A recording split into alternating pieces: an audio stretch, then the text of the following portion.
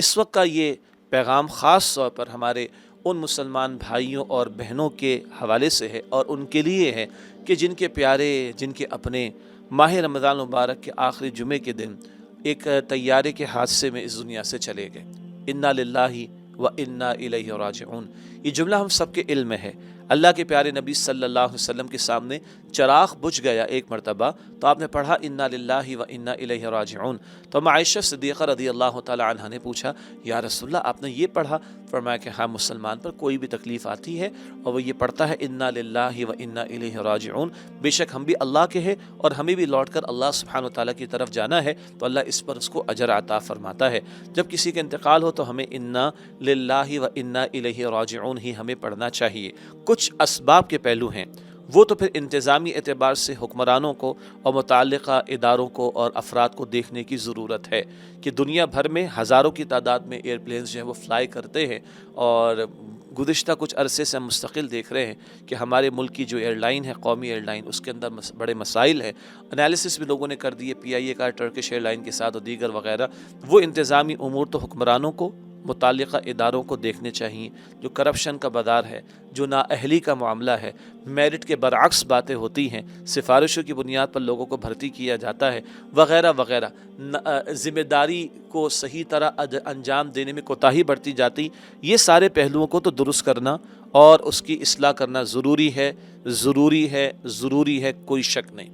البتہ ایک بڑی پکچر کیا ہے؟ ایک بڑی پکچر یہ ہے کہ ہمارا ایمان ہے کہ جو کچھ دنیا میں ہو رہا ہے وہ اللہ کے اذن سے ہو رہا ہے۔ جمعے کے دن یہ طیارے کا حادثہ پیش آیا،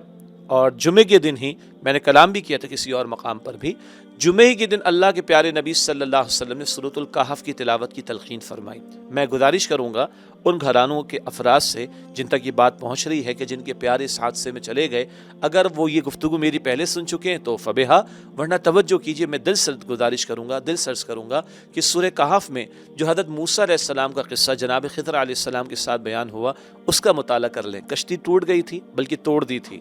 بچہ قتل کر دیا تھا، دیوار درست کر دی تھی۔ ظاہر میں بڑی عجیب معاملہ، بھئی کشتی کیوں توڑ دی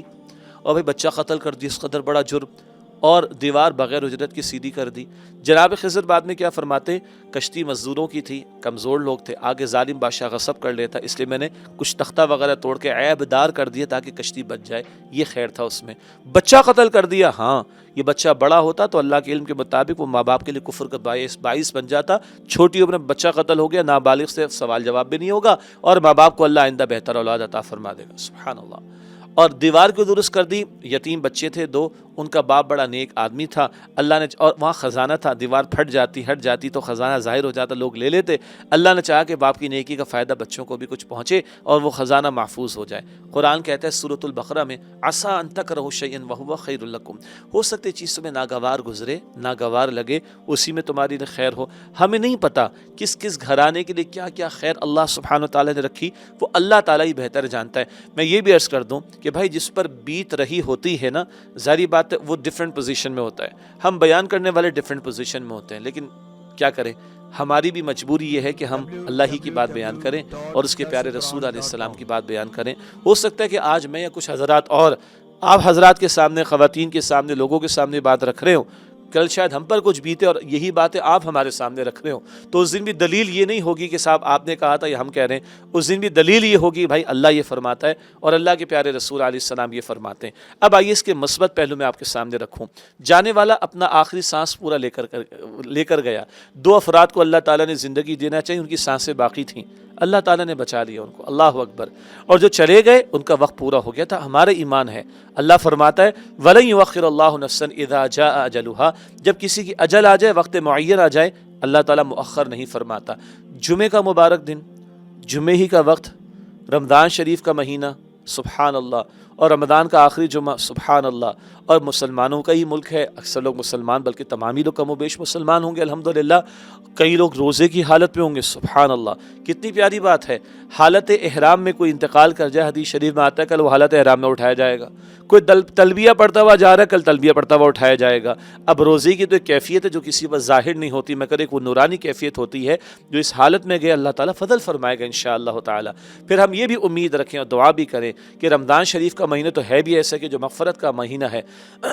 جنت کے دروازے کھلے ہوتے ہیں، اللہ تعالیٰ کی ذات سے پوری امید ہے کہ اللہ تعالیٰ نے حضرات کو بخش دیا ہوگا، بچے گئے ہوں حضرات، چھوٹے بچے تو ویسے ہی بخشائے ہوتے ہیں، معصوم ہوتے ہیں، گناہوں سے پاک ہوتے ہیں، بڑوں کی میں بات کروں کہ اللہ کی ذات سے پوری امید رکھنی چاہیے کہ اللہ تعالیٰ نے ان کو بخش دیا ہوگا۔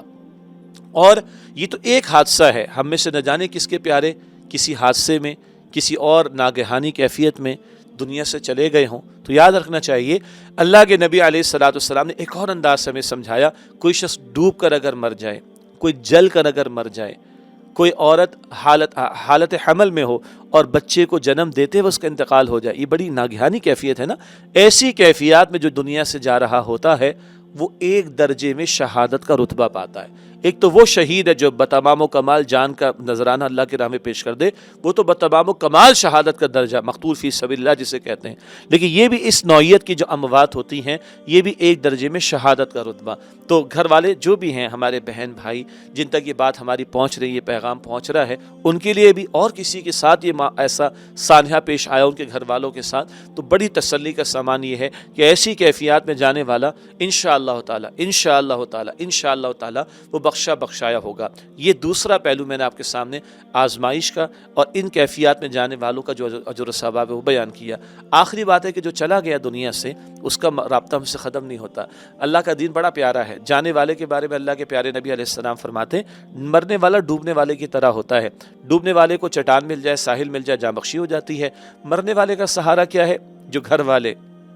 دوست اقارب اس کے لیے دعا کرتے ہیں، یہ سب سے بڑا تحفہ ہے۔ اولاد ماں باپ کے لیے استغفار کرے، حدیث شریف میں آتا ہے بندے کا درجہ بلند ہوتا ہے، اس کو بتایا جاتا ہے تمہارے بیٹے نے تمہارا استغفار کیا، تمہارا درجہ بلند ہو رہا ہے۔ تو جانے والوں کے لیے دعا، استغفار کا اہتمام اور ان کے لیے خیر کے کام کرنا، صدقہ جاریہ کے کام کرنا، اولاد ہے تو خود ان کے لیے نیک بننے کی کوشش کرے، اللہ سبحانہ و تعالیٰ مرحومین پر رحمت فرمائے گا۔ باقی اور بھی بہت سارے پہلو ہیں، کسی کی فلائٹ کینسل ہو گئی تھی، کسی کو ٹکٹ نہیں مل سکا تھا، کوئی آف لوڈ کر دیا گیا تھا، بھائی یہ سب اللہ کی باتیں ہیں، یہ سب اللہ کی باتیں ہیں۔ یحیی و یمیت، جس کو چاہے زندگی عطا فرمائے، جس کو چاہے وہ موت عطا فرما دے، جس کو چاہے ابھی زندہ رکھے، جس کو چاہے ابھی بلا لے، اپنے وقت پر ہر ایک جائے گا، وقت سے پہلے نہیں، وقت کے بعد نہیں۔ اللہ ہمیں ان باتوں کی سمجھ اور یہ آزمائش والے پہلو کا یقین اور اللہ کی رضا پہ راضی رہنے کی توفیق دے۔ وہ جو انتظامی معاملات والا پہلو ہے، وہ جو بھی متعلق افراد ہیں ان کو اللہ سبحانہ و تعالیٰ کو جواب دینا ہے، ان کو اپنے معاملات کی اصلاح کرنا ضروری ہے۔ اور جب قومی اجتماعی معاملات ہوتے ہیں تو شدت جرم بہت زیادہ بڑی ہو جاتی ہے، توجہ کی ضرورت ہے۔